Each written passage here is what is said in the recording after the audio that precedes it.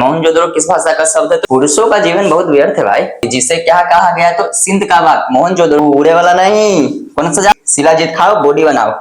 मोहनजोदड़ो का अर्थ क्या होता है? जय हिंद दोस्तों आज की इस वीडियो में हम लोग जानेंगे कि हड़प्पाई नगर मोहनजोदड़ो तथा हड़प्पा से वो कौन कौन सी ऐसी वस्तुएं थी जो कि हमें प्राप्त हुई थी खुदाई के दौरान। आगे भी और भी सारे नगर थे जहां से कुछ कुछ सामानें मिली थी, लेकिन आज की इस वीडियो में हम मुख्य रूप से मोहनजोदड़ो और हड़प्पा के बारे में जानेंगे कि आखिर वहां से कौन कौन सी वस्तुएं हमें मिली थी। तो without wasting your time let's go. तो दोस्तों आइए चलते हैं। सबसे पहले अभी हम लोग देखेंगे मोहनजोदड़ो के बारे में, फिर हम आएंगे हड़प्पा पे। ठीक है कि मोहनजोदड़ो में कौन कौन से सामानें मिली, तो आइए जानते हैं। तो मोहनजोदड़ो सिंधी भाषा का शब्द है। मोहनजोदड़ो किस भाषा का शब्द है? तो सिंधी भाषा का। एक ऑब्जेक्टिव है, मोहनजोदड़ो किस भाषा का शब्द है जिसका अर्थ होता है मृतकों का टीला।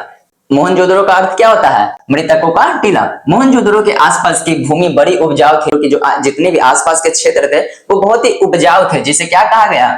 सिंध का बाग कहते थे। यहाँ से हमें क्या क्या मिले? देखिए यहाँ से 1398 मुहरे, पुजारी का सिर। पुजारी का सिर करने का मतलब एक क्या बोलता है, आधा कटा हुआ सिर था। पुजारी जिसको माना जाता था, कहा जाता है कि पुजारी का सर था। मोम के साथ, मोम का साचा समझ में आता ना, जो मोमबत्ती रहता है ना, उसी का था। कांसे की नर्तकी, नर्तकी समझते होंगे, जैसे अवार्ड वगैरह देखे होंगे, उसमें नर्तकी टाइप कुछ बना हुआ रहता था। तो कांसे का बना था। किस चीज का था? तो कांसे का। सूती कपड़े के अवशेष, कपड़ा का विशेष भाई, उस टाइम में भी तो लोग कपड़ा पहनवे करते होंगे, ऐसा थोड़ा था कि नहीं पहनते होंगे। पानी का जहाज, उड़ा वो उड़े वाला नहीं, कौन सा जहाज? पानी में तैरने वाला। हाथी का कपाल, शिलाजीत। शिलाजीत क्या होता है? देखिए शिलाजीत। गाड़ी के पहिए, मेसोपोटामिया के मोहरे। देखिए मेसोपोटामिया के यहाँ पे मोहरे कैसे मिले? मेसोपोटामिया के मोहरे करने का मतलब, जब हड़प्पाई सभ्यता थी तो आपको पता होगा कि ऐसे बहुत सारे साक्ष्य मिले हैं जिससे हमें पता चलता है कि उस समय मेसोपोटामिया के साथ कुछ व्यापारिक संबंध होते थे। तो जाहिर सी बात है, अगर किसी से व्यापारिक संबंध रहेगा तो वहां का रुपया पैसा भी हम लोग को पास आइबे करेगा। तो ये था क्या कि मेसोपोटामिया के क्या मिले थे? मोहरे मिले थे। दाढ़ी वाले मनुष्य की प्रतिमा, दाढ़ी वाले दाढ़ी वाला उनका था प्रतिमा था। प्रतिमा करने का मतलब मूर्ति। हाथी दांत के तराजू, ये देखिए हाथी के दांत का तराजू बनाया जाता था भाई।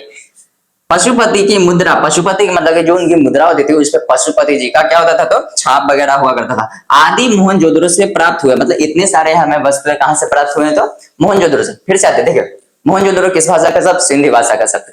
कौन भाषा का शब्द? तो सिंधी भाषा का शब्द, जिसका मतलब क्या होता है? तो मृतकों का टीला होता है। मोहनजोदड़ो के आसपास का जितना भी क्षेत्र था वो बहुत ही उपजाऊ था, उसको क्या कहा गया? तो सिंध का बाग कहा गया। 98 मुहरे मिला, पुजारी का माथा सिर मिला, मोम के सांचे मिले, कांसे की नर्तकी जो नाचूचे वाला रहता है वो मिला, सूती कपड़े का अवशेष मतलब जो सूती का कपड़ा होता है उसके कुछ कुछ अवशेष मिले थे। पानी का जहाज, पानी में तैरने वाला जहाज। हाथी का कपाल, शिलाजीत खाइए बॉडी बनाइए। गाड़ी के पहिए मिले थे। मेसोपोटामिया के मुहरे, दाढ़ी वाले मनुष्य की प्रतिमा, ऐसा बड़का बड़का वो दाढ़ी था उनका, ऐसा मिला है, दिखा देते हैं। हाथी दांत के तराजू, देखिए उस टाइम में हाथी के दांत का तराजू बनाया जाता था तौलने के लिए। पशुपति की मुद्रा आदि मोहनजोदड़ो से प्राप्त हुए थे। ये सारी चीजें कहाँ से प्राप्त हुई? में तो मोहनजोदड़ो से। अब आते हैं कि हड़प्पाई से हमें क्या क्या प्राप्त हुए थे, आइए जानते हैं। यहाँ से हमें स्त्रियों की लघु मणिन मूर्तियां, यानी स्त्रियों की मूर्तियां मिली थी। फिर क्या मिला? फिर स्त्री की मूर्ति जिसके गर्भ से पौधा निकलता हुआ दिखाई देता है। मतलब कि एक ऐसा मूर्ति था जिसके गर्भ से, स्त्री की ऐसी मूर्ति थी जिसके गर्भ से क्या पौधा निकलते हुए दिखता है। देख रहे हो विनोद, यहाँ भी स्त्री, यहाँ भी स्त्री। पुरुषों का जीवन बहुत व्यर्थ है भाई। पत्थर के शीशन व योनि, ठोस पहिए वाली गाड़ी, RH-37। कब्रिस्तान, कब्रिस्तान का नाम देखो, कब्रिस्तान का नाम है RH-37। ऐसा लग रहा है ना कोई राइफल वगैरह का नाम होता है ना, वो है कब्रिस्तान का नाम RH-37। लकड़ी का हल, लकड़ी का हल समझते होंगे आप लोग, खेत जोतने का काम होता होगा। लेख युक्त बर्तन, लेख युक्त करने का मतलब जैसे कि जो बर्तन वह होता है उसके पीछे कुछ कुछ लिखा हुआ रहता है। प्राचीन जमाना में भी लोग जैसे कि अपने दादी नानी सब भी होते थे, वो भी क्या करते हैं ना, बर्तन के पीछे अपना नाम वगैरह लिखा देता है। तो वही होता है लेख युक्त बर्तन, मतलब कि जो बर्तन होता है उसमें कुछ कुछ चीज लिखा हुआ रहता है। तांबे की मुहरे, मुहरे समझते होंगे आप लोग, जो राजा महाराजा वाला फिल्म में नहीं देखे कि मुहर लाता है कोई भेंट के स्वरूप में देने के लिए। फिर था क्या मिला? जौ मिला, यानी खाने पीने का भी व्यवस्था था। जौ है, गेहूं है। खरगोश के चित्र वाली मुद्रा, मतलब कि जो मुद्रा होती थी उस पर खरगोश का चित्र बना हुआ था।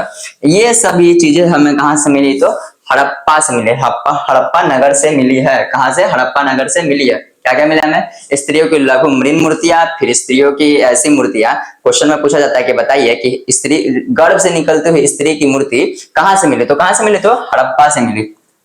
पत्थर की शीशन व यूनी, ठोस पहिए वाली गाड़ी, RS-37 कब्रिस्तान मिला था वहां पर, मतलब कब्रिस्तान का नाम था RS-37। लकड़ी का हल, लेख युक्त बर्तन, तांबे की मुहरे, जौ, गेहूं, खरगोश के चित्र वाली खरगोश के चित्र वाली मुद्रा आदि, ये सब हमें कहां से मिले थे? तो हड़प्पा से मिले थे। तो दोस्तों आज की वीडियो में बस इतना ही था कि मोहनजोदड़ो में और हड़प्पा में हमें क्या क्या वस्तुएं मिली थी। बाकी का मिलते हैं फिर अगले वीडियो में, तब तक के लिए धन्यवाद।